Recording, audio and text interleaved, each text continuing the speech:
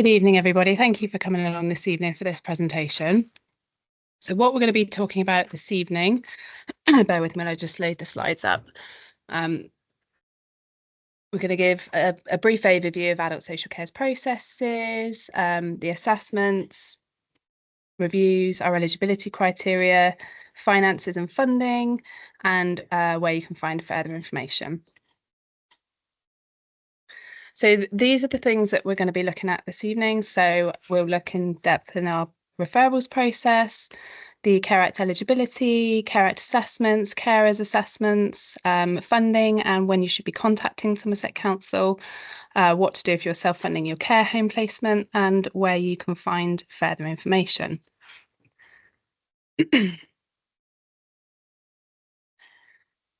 So referrals can be made to us through our customer contact centre. You can do this via telephone or email. Professionals can submit a referrals form online.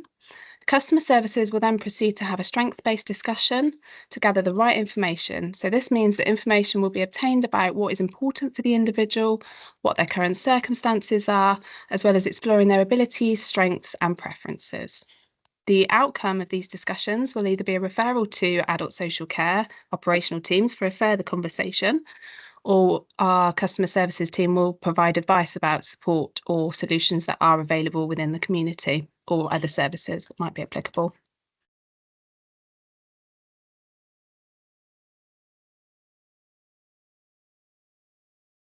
So if somebody's referred through to our adult social care triage teams, a member of the team will then contact the referrer, the individual concerned, and any other relevant people or professionals to hold an in-depth conversation about the reason for the referral. This will include gathering a range of information about the person's needs, what the presenting level of risk or concern is, whether anybody holds any lasting power of attorney, enduring power of attorney or deputyship, and it will also establish an understanding of the person's current support network. If it is determined that a person requires a Care Act assessment or a review of their current care provision, then adult social care will identify a practitioner in the team to work with that person at the earliest opportunity. We will keep in contact with the person whilst they're waiting for a practitioner to begin working with them, and we'll look to establish if anything's changed that we might need to know about. We would also encourage people to contact us again if their needs have changed or circumstances have changed, because it is important that we understand the impact of those changes at the earliest opportunity. Once a person has an allocated worker, the practitioner will then work in collaboration with the individual, their family, and other services where appropriate. So the Care Act 2014 assessment involves exploring the strengths of that individual, identifying any eligible needs, and where possible, promoting independence within the person's own home. That person's mental capacity to make specific decisions will also be considered in line with the Mental Capacity Act of 2005 as applicable. And as part of the assessment process, a risk assessment may need to be considered. After the assessment, we hold multidisciplinary peer forums every day to consider an individual's strengths, risks, and whether they have Care Act eligible needs that can't be met in any other way. These peer forums will include a service manager, a community agent, an adult social care practitioner, and an occupational therapist. They will enable the determination of whether a personal budget will be awarded for the individual. If that case is particularly complex, then practitioners will attend an enhanced peer forum with senior managers and commissioners for further discussion. If a personal budget is agreed, a financial assessment will then be completed by the Financial Assessment and Benefits team. This team will assess what individuals are able to contribute financially towards their care and support services and ensure that individuals are in receipt of the benefits that they're entitled to. A personalised care and support plan will be completed to reflect the individual's Care Act eligible needs, what services are going to be provided to meet those needs, and the personal budget that has been awarded. Copies of the Care Act assessment and the support plan are shared with the individual and their family if it's appropriate to do so, and if the individual has consented to this. Are there any questions so far on the the process of reaching adult social care? No? Okay, we'll move on. So when assessing eligible needs, the needs are assessed across 10 specified outcomes which are set out in the Care Act 2014. And as part of the assessment of needs, we consider the impact that not achieving specified outcomes will have on an individual's well-being. So we have a duty to assess needs under the Care Act, where it appears that an adult may have needs for care and support. And those needs will meet the eligibility criteria if they arise from a physical or mental impairment or illness. And as a result of those needs, the individual is unable to achieve two or more of the specified outcomes. And as a consequence of that, there is or is likely to be a significant impact upon the individual's well-being. Below, we have listed the 10 domains. So we have managing and maintaining nutrition, maintaining personal hygiene, managing toileting needs, being appropriately clothed, being able to make use of the adult's home safely, so looking at mobility and how people are getting around in the home, maintaining a habitable home environment, developing and maintaining family or other personal relationships, accessing and engaging in work, training, education, or volunteering, making use of necessary facilities or services in the local community, which includes public transport and sort of any recreational facilities or services, and also carrying out any caring responsibilities that an adult has for a child. In terms of Care Act assessments, our assessments will involve the individual, their carer, and anyone else that that individual would like to involve. We consider the wishes and feelings of the individual and the outcomes that they would like to achieve in their day-to-day life. During assessment, consideration is given to appropriate available community services that could meet eligible needs, as well as the more formal funded services via the local authority. We always apply a person-centred approach when working with individuals, and we also work we work together with other professionals to form a holistic assessment of a person's needs. So we work alongside a lot of other services, including the community rehabilitation service, the district nurses, community mental health teams, the intensive dementia support service, housing, GPs, hospitals. And we also utilise technology and equipment to support people in their own homes. So things like lifelines, key safes, telecare. We also have some set independent living centres across the county. So this is where individuals can attend. They can have mobility assessments while at the centres. They can test out equipment to see if it works for them. We do have more information about equipment and services on our website. Any questions from anybody at this point?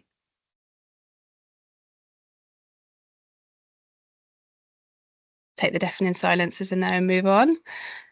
So in terms of carers assessments, a carer can request an assessment in their own right at any time, even if the person that is needing that care doesn't wish to have a Care Act assessment or access any services.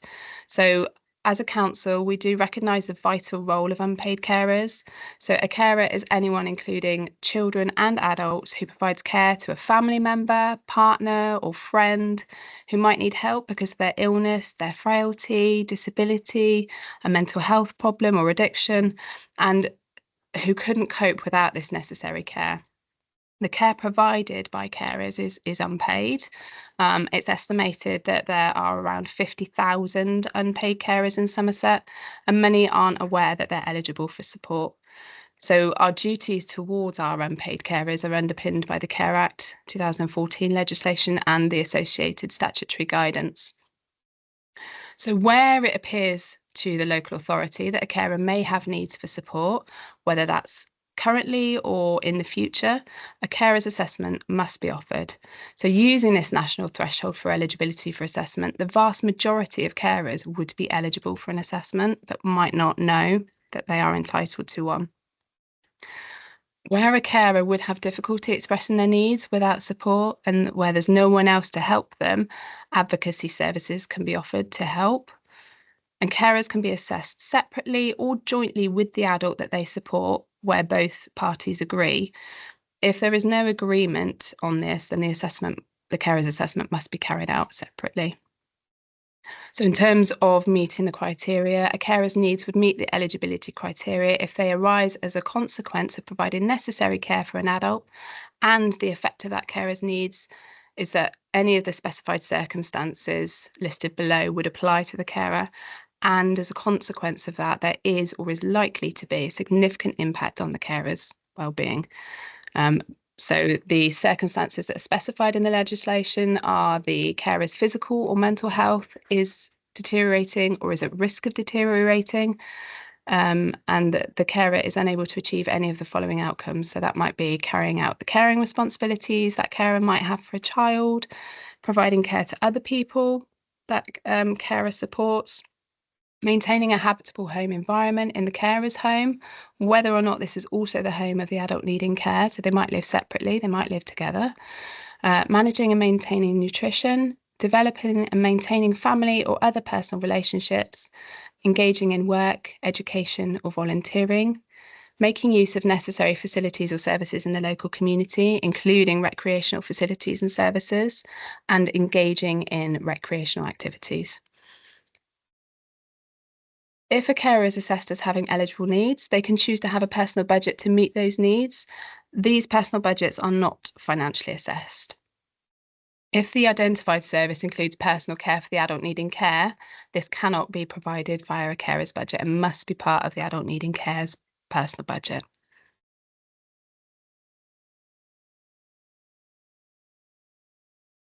In terms of funding, so the current limit that's set by the Department of Health and Social Care for receiving help with care fees, whether that be care home or care in the community, is £23,250. This is known as the threshold amount. If you have more than this amount in capital or if you own a second property or land, you will be expected to pay the full cost of meeting your care and support needs, but you are still entitled to an assessment of need from adult social care. When a person's capital falls below the threshold, the local authority must carry out a financial assessment. So the Care and Support Statutory Guidance of 2014 states that the local authority can consider its own finances and budgetary position when determining how to meet needs, and that they must comply with its public related law duties, which includes ensuring that the funding available to the local authority is sufficient to meet the needs of the entire local population. Now, it also states that the authority may take decisions on a case-by-case basis, which weigh up the total costs of different potential options for meeting needs and include that cost as a relevant factor in deciding between suitable alternative options for meeting needs. Now, this doesn't mean choosing the cheapest option, but choosing the one that delivers the outcomes desired for the best value. Following assessment of need, when we're looking for services, we explore the market position to ensure that we're offering the best value service to meet an individual's eligible care and support needs. It might mean that the local authority will not continue funding the same service or level of service that an individual was privately funding previously. For care in the community, what we like to say is please contact us when capital reaches around £25,000. If you're residing permanently in a care home, please contact us when your capital reaches around 40,000. So this is to give us time to complete all the financial assessments and the Care Act eligibility assessments prior to your funds actually reaching that level and potentially dropping below that level. There was another webinar that took place on the 4th of February this year. So that one was called Financial Assessments for Care Funding, and that provides a really good overview of the finances and the funding and lots of different areas covered, including benefits, etc. So you can access that on YouTube or via the link that I think Ella is very kindly going to put in the chat for us. Just putting it in now. Lovely, thank you very much. Any questions so far? No? Okay. So here are some things to think about if you are self-funding your care home placement. So would you like an assessment from Adult Social Care to support you in making a decision about going into a care home? You are entitled to an assessment of need, whether you have under or over the threshold. What we say is that if you have capital under £40,000 and you're thinking about moving in, do contact us for an assessment before you move in, just so that we can make sure that everything has been explored and we've looked at all the options to support you to remain at home in the first instance. Have you considered seeking independent financial advice prior to moving into a care home? Have you explored the options available or that might be available to support you to remain at home? So considerations for things to support you at home. So things like packages of care, perhaps moving downstairs into a front room, bringing beds downstairs, if you're finding moving around the home and getting upstairs difficult. Looking at putting in equipment that might make your home more accessible for you, and community support options as well is something that we consider. Have you considered alternative accommodation? So if you're finding it more difficult to live in or maintain your home and you've got low level support needs, alternative housing such as sheltered housing could be an option for you. If you have a higher level of care and support needs, extra care housing might be more appropriate. So in extra care housing, there are on-site staff on call 24 hours a day. There's generally communal facilities that you have access to. Some schemes offer hot meals at lunchtime, and we've got several schemes located across the county currently. Are you considering the most appropriate category of care home? Now, we currently have 4 different categories of care home in Somerset. So we have residential, we have dementia residential, we have nursing, and we also have older persons' mental health. So we work very closely with our health colleagues when determining the most appropriate category of care home for an individual. For example, for nursing home placements, we require assessments from our district nurse colleagues, and we also involve community psychiatric nurses when we're considering dementia residential or older persons' mental health care homes.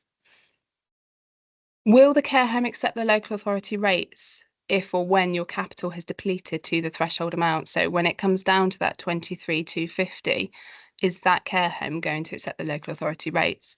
So there are lots of homes in Somerset that will accept the local authority rates. You can choose a more expensive home as long as somebody, for example, your family or your friend or perhaps a charity, is willing and able to pay the difference between your personal budget and what that care home charges. So this is called a third-party top-up. Now, you can only pay your own third-party top-up if you have a property to sell and you agree to a debt being accrued. Hi, before you go on in further, Sorry. there's a couple of questions that we've got coming. Right, Sarah, can you clarify that the carer's assessment budget for respite doesn't fall under 23,250 of the cared for funds and isn't income based? This is a different assessment from the carer's needs assessment. Do you want to turn your mic off? It's all right. We've got a little bit of an echo. I was just going to say, if Kathy's online, I'm just wondering if you could clarify that, because if it's a carer's assessment, it's not financially assessed. If you're looking for respite for the person that you're caring for and the person goes into respite, then yes, it will be above the threshold of 23,250. So I don't know whether that answers Kath's question. If Kath's there, if she wants to sort of clarify, if she wants anything else answered. And then we've also got another question. What is the current situation where a home is owned but all other assets are below the threshold, and it is likely that the adult will need to go into a care home at some point? And I think that links very much to the financial webinar that took place. But actually, if there isn't capital and somebody goes into a care home and they do own a property that's owned by themselves, then the house will be taken into account as capital once the person is in there. Don't know if that answers Caroline's. I'm just trying to see. I think that's all the questions we have at the moment. Oh, Caroline's got her hand up. Can we unmute her, Ella? I'm just having a look, and it looks like Victor was first. So are we okay? Oh, sorry. To, yep. I'll unmute you, Victor. There you go. You should be able to unmute yourself now. Yes, thank you very much. You mentioned that there were 4 types of care homes. Does one include rehabilitation for those who perhaps are living on their own at home and then admitted to hospital because they've had a fall or something, but they can't be allowed back and just need a couple of weeks in a home somewhere? And do you help to find a placement for that? So for hospital discharges, we have what we call pathway beds in certain care homes. So they are almost a rehabilitation bed. So depending on the person's circumstances and whether the hospital social work teams and the staff in the hospital think that would be appropriate, they can look at moving into a care home for a shorter period of time just to try and re-able that person. Because sometimes people are unwell, but they don't need to stay in hospital, but they're not quite ready to return home. So yes, that is something that the hospital teams do have access to. Can you say again what you called those beds in care homes?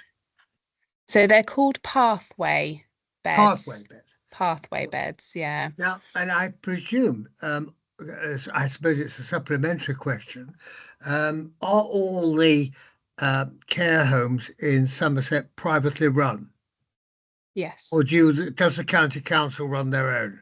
Not anymore. No, they are all privately owned now. So that's a matter of, and who pays for somebody who's going through a pathway care in a care home?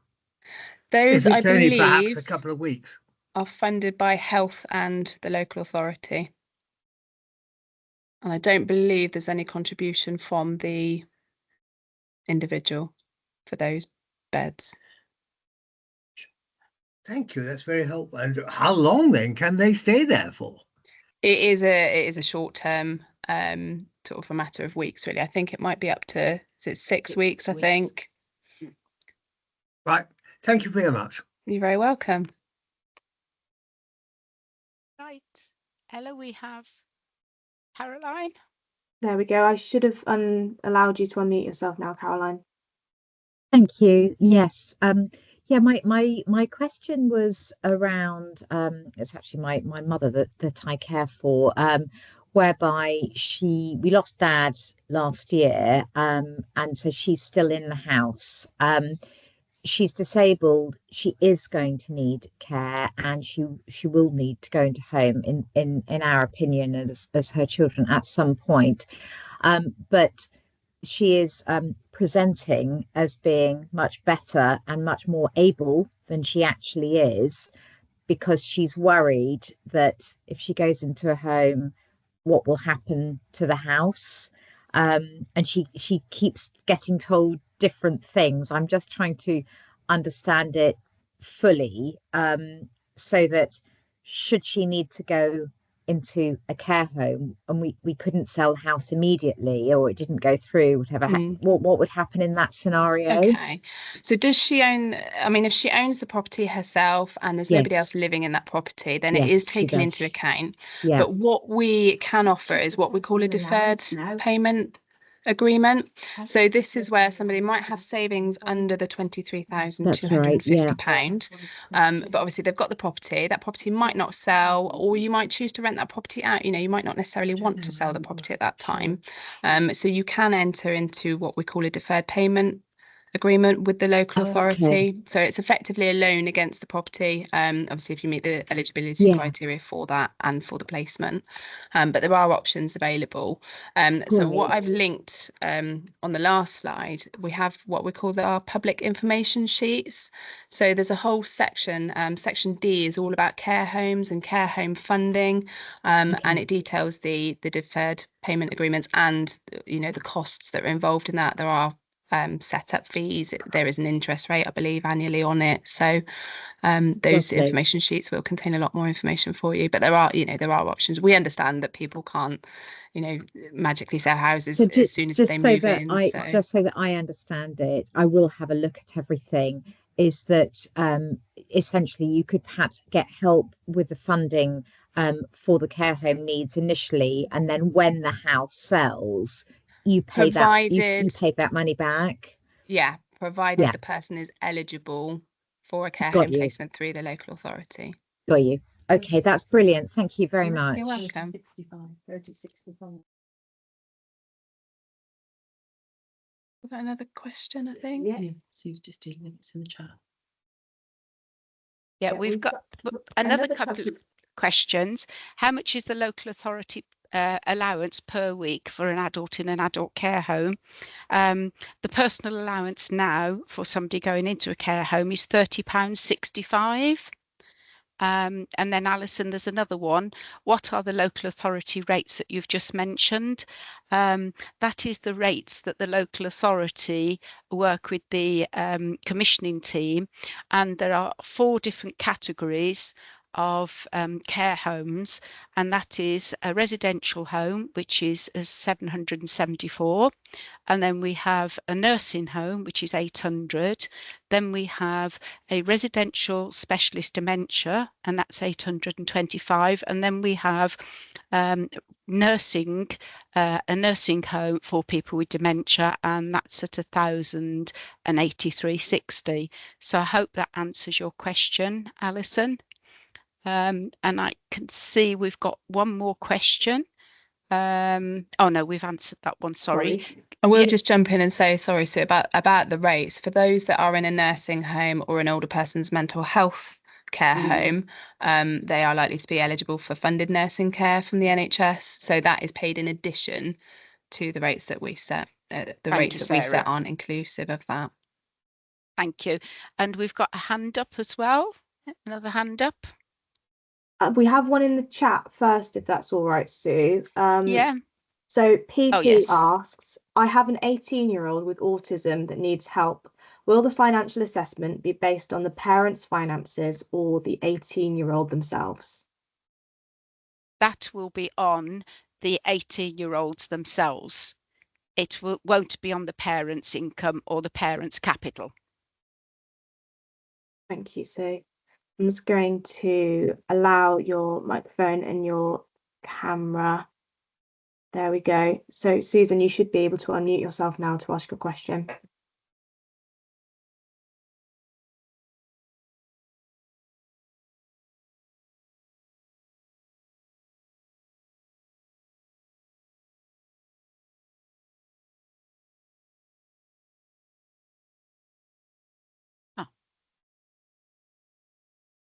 Oh, I think that Susan might have dropped off potentially. So hopefully we can pick that one up later when she rejoins. Okay.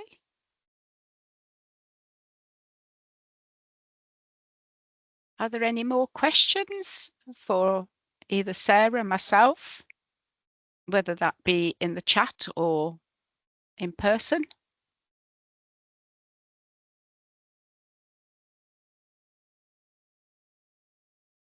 Oh, Victor's put his hand up. There you go, Victor. Yes, sorry, thank you. Unfortunately, I can't leave a question on the page because I don't seem to have the option for asking a question. So I'm not quite sure whether you're intending to cover this or not. But the question relates to whether a surgery can refer to someone for social care support. In other words, a medical surgery. GP yes, the surgery. doctors can, and they do sometimes. Yeah. They will quite often come through to us. Absolutely. Any professional, any member of the public, any professional can make a referral through to adult social care. Right. And if that comes through a GP because they feel that it may be appropriate to have some sort of social care support, is there then a single point of contact for that person who may be vulnerable and may be living in a rural area to cover both their health and social care needs so that they only have one person to talk to? So we would support with the social care needs, but the health needs they would fall under the GP surgeries and that our primary health networks. So in other words, you don't have integrated care. Not at the current time, no.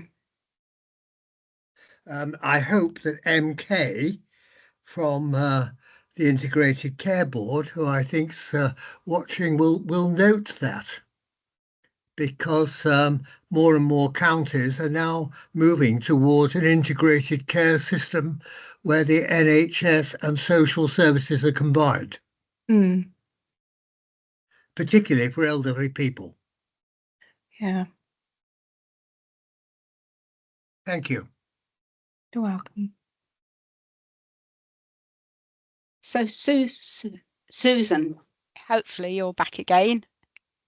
Yeah, I'm here. Sorry, I'm not sure how to work this system. Can you hear me? We can indeed, yes. Oh, okay.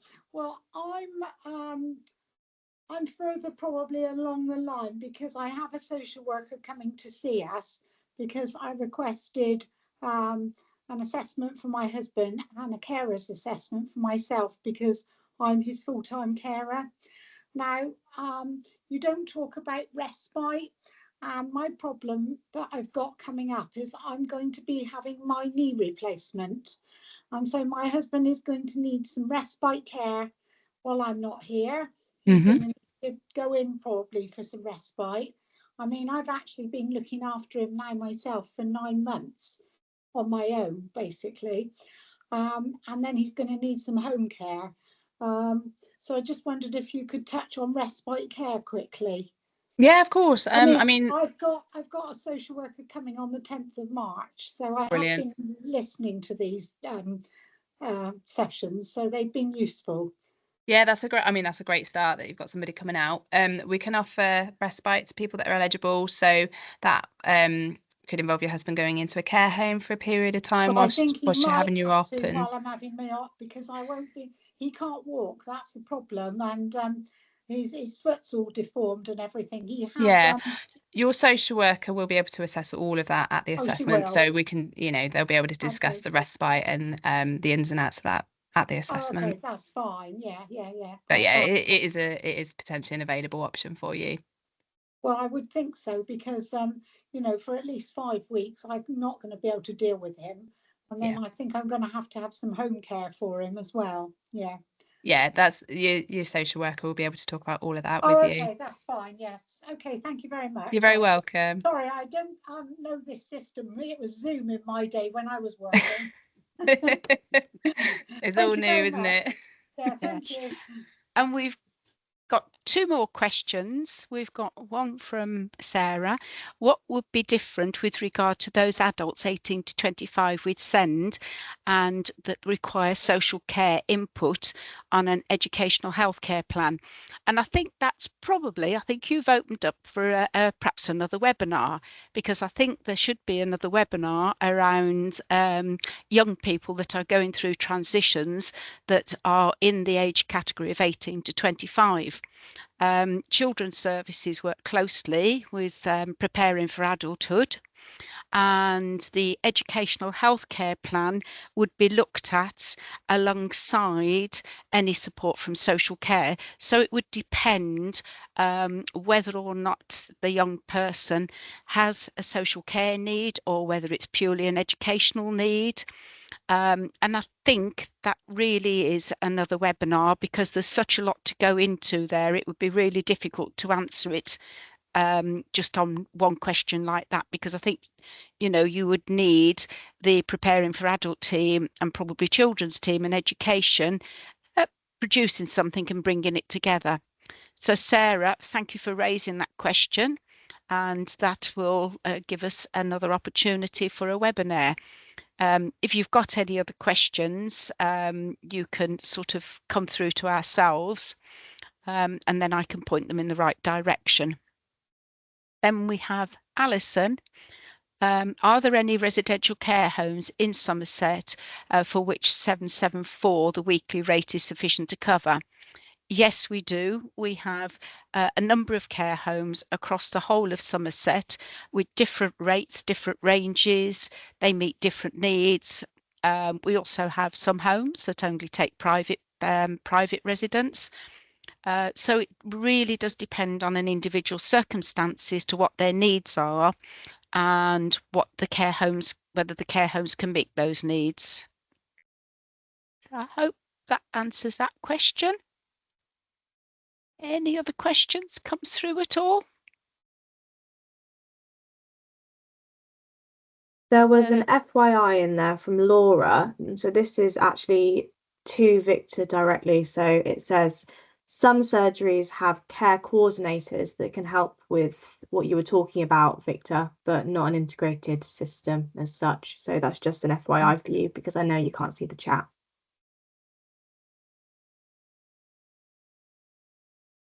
Yeah.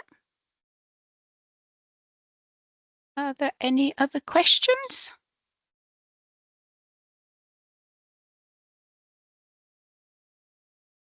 Have you got something to finish round yours off?